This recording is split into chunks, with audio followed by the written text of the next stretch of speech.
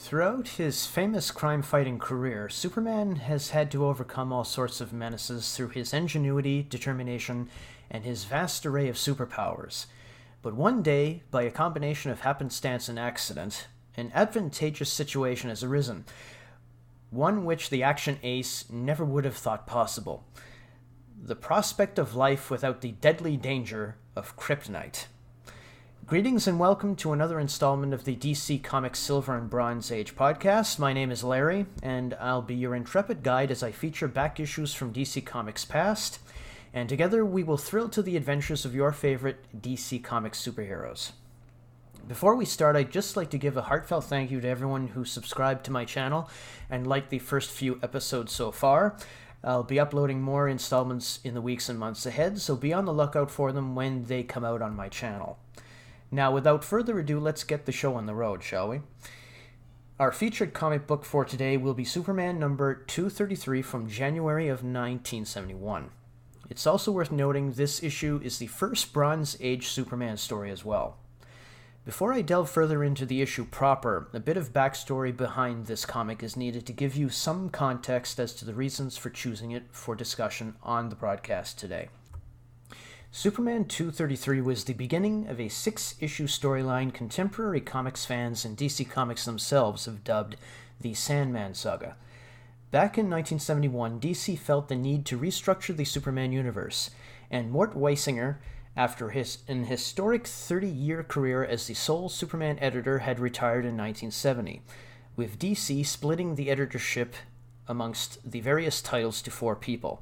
Mike Stokowski took over Adventure Comics and Supergirl. Murray Boltinoff took over Superboy, Action Comics, and Superman's pal Jimmy Olsen. E. Nelson Bridwell had taken over Superman's girlfriend Lois Lane, and finally Julius Schwartz had taken over World's Finest and Superman. Under this new shared editorship scheme, Superman's collective universe would be effectively revised, with imaginary stories, bizarre sidekicks, and other outlandish aspects of his mythos cut out and discarded from continuity, including the deadly substance kryptonite. Writer Dennis O'Neil, fresh from his recent noteworthy runs on the Batman titles and Green Lantern Green Arrow team-up, was brought aboard the Superman title to collaborate with editor Julius Schwartz, as well as artists Curt Swan and Murphy Anderson, to begin the Metropolis Marvel's new era in the DC universe. It was hoped by Schwartz and O'Neil that their considered tinkering would bring about a more relatable, more down-to-earth Superman. However, this new incarnation of the Man of Steel would not survive, as fan reaction to the storyline would be lukewarm at best, whose interests were more in line with cosmic conflicts and supervillainy rather than down-to-earth struggles. The narrative for the issue in question opens with an experiment by a benevolent scientist to produce cheap supplies of electricity utilizing an engine powered by kryptonite. The worthwhile endeavor soon goes awry, however, causing an overload and resultant explosion, triggering a chain reaction to transform all remaining supplies of kryptonite on Earth into harmless iron. In the process of attempting to rescue the project, Superman is blasted by what he thought was a lethal dose of K radiation before he plummets to the ground. Unknown to anyone, including the action ace, the explosion also caused a tear in the dimensional fabric of time and space between Earth and the realm of Quarm, but that wouldn't be discovered until the final issue of the Sandman Saga. Another unintended side effect of the failed project was the creation of a duplicate of Superman from the sand from which he fell onto after the initial blast, and at the end of the story, the other dimensional sand creature shuffles off to an uncertain destiny shared by itself and Superman. In the middle portion of the story, during his live coverage of the launch of an intercontinental mail rocket from Metropolis to Los Angeles as Clark Kent, Superman discovers a plot by a group of thieves planning to steal the mail rocket and hold it for ransom. Turning into the Man of Steel, he intercepts thieves piloting jet planes, but in the commencement of his battle, he begins experiencing interruptions in his superpowers. First, his heat vision does not work as normal, then he suffers a brief spasm of weakness. He soon realizes his aerial battle with the airborne thieves is over the desert area where the kryptonite engine had critically malfunctioned earlier, but is unaware of the dimensional rift that is slowly causing a transference of his powers to the sand creature. Of course, he would also not know of this until much later. So much for the potentially dangerous circumstances surrounding the first part of the Sandman Saga.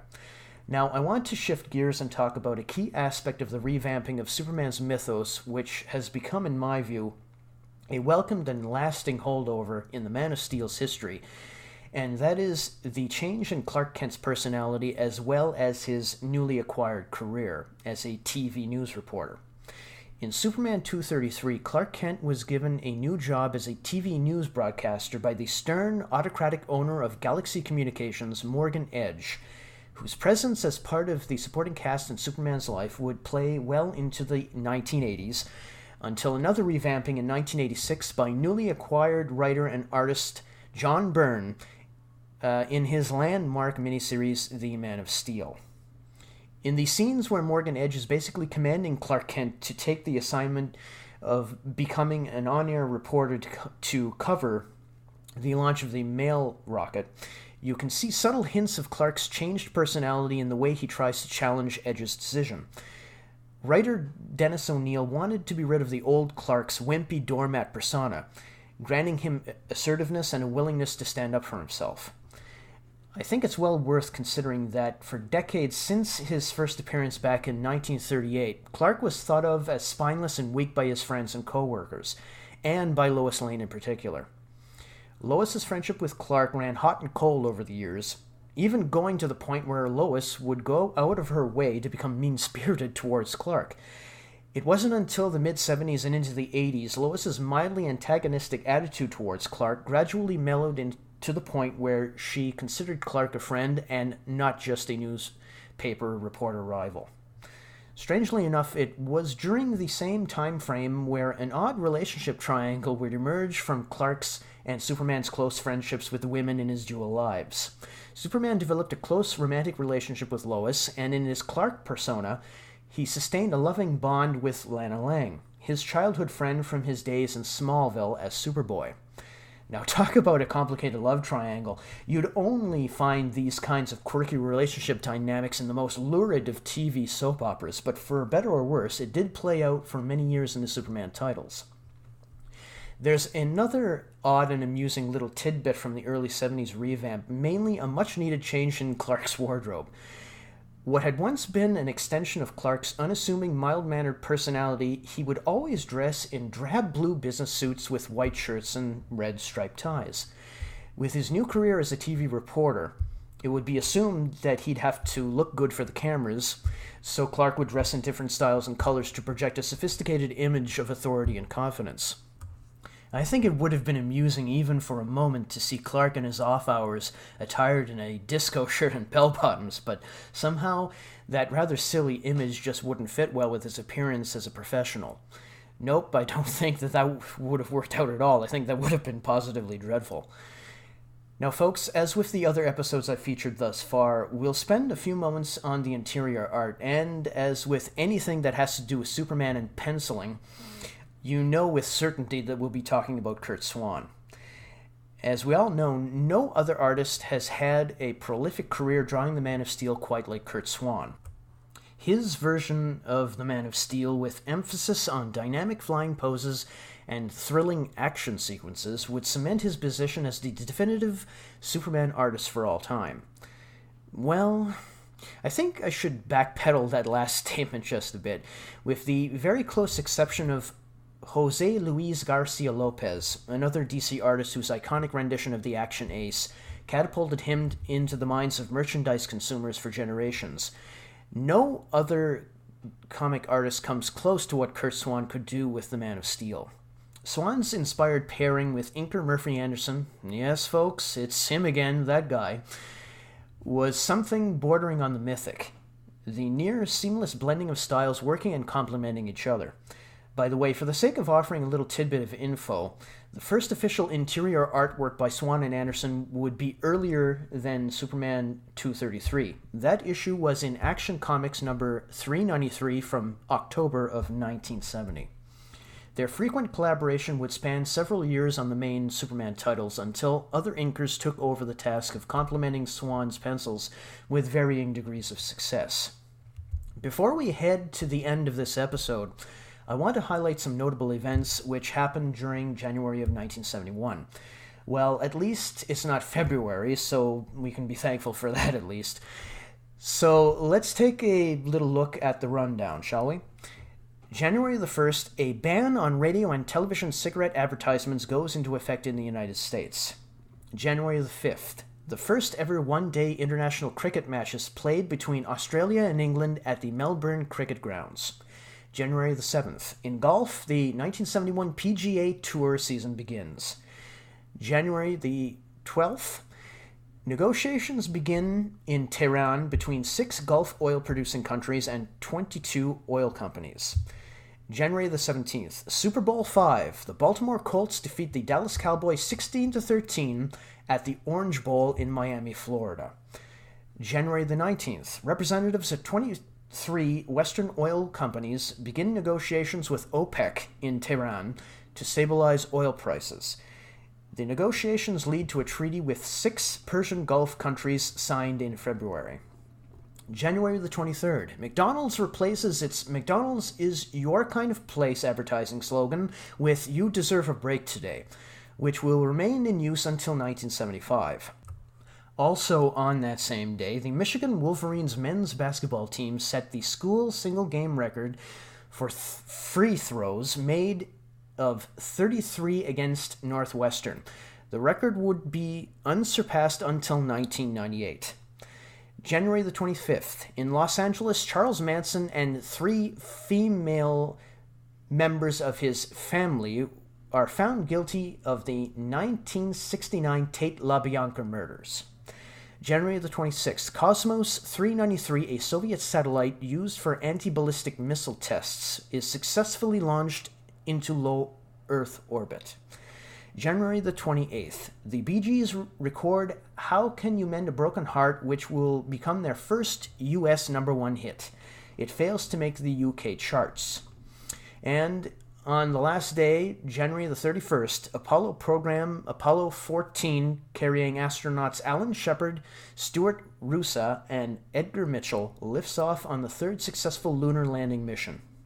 Now, on the entertainment front for events, the 3 top-grossing films of 1971 are as follows. In 3rd place, Diamonds Are Forever, the James Bond film, the 8th James Bond film, mind you, comes in with $43,819,547. In 2nd place, The French Connection, starring Gene Hackman, with $51,700,000, and the top-grossing film of 1971 is Fiddler on the Roof, with $75,600,000. Other notable films released for distribution in theaters in 1971 were as follows: The Andromeda Strain, Bedknobs and Broomsticks, The Big Boss, aka Fists of Fury, the Bruce Lee vehicle, Billy Jack, Carnal Knowledge, Dirty Harry, starring Clint Eastwood, Escape from the Planet of the Apes, A Clockwork Orange, The Last Picture Show, The Omega Man, Shaft, and last but certainly not least, Willy Wonka and the Chocolate Factory. Now, at the 44th Annual Academy Awards, the big winner of the night was The French Connection, winning a total of 5 awards, including Best Actor and Best Director. Fiddler on the Roof garnered 3 Oscars, while a 3-way tie for 2 awards apiece went to the films The Last Picture Show, Nicholas and Alexandria, and Sentinels of Silence. Also, some television-related events which occurred in that year. January the 10th, Masterpiece Theater on PBS debuts. January the 12th, CBS airs the first episode of All in the Family, with a disclaimer at the beginning of the program warning viewers about potentially offensive content. Within a year, it became television's most popular program and started a trend towards realism in situation comedies. March the 11th, ABC cancels the Lawrence Welk Show after 16 years on the network. The show, however, returns to the airwaves and syndication in September, where it would run for another 11 years. April 10th, The Two Ronnies on BBC One in the UK debuts. July 4th, The Cat in the Hat TV special airs on CBS. August the 1st, The Sonny and Cher Comedy Hour on CBS debuts. September the 15th, Columbo debuts as part of a rotation of detective shows on the NBC Mystery Movie. September the 21st, The Old Grey Whistle Test on BBC Two debuts. October the 2nd, Soul Train, the African-American equivalent of American Bandstand, makes its debut. And October the 25th, The Electric Company, a skit-based children's program aimed at teaching reading skills, starts its programming on PBS.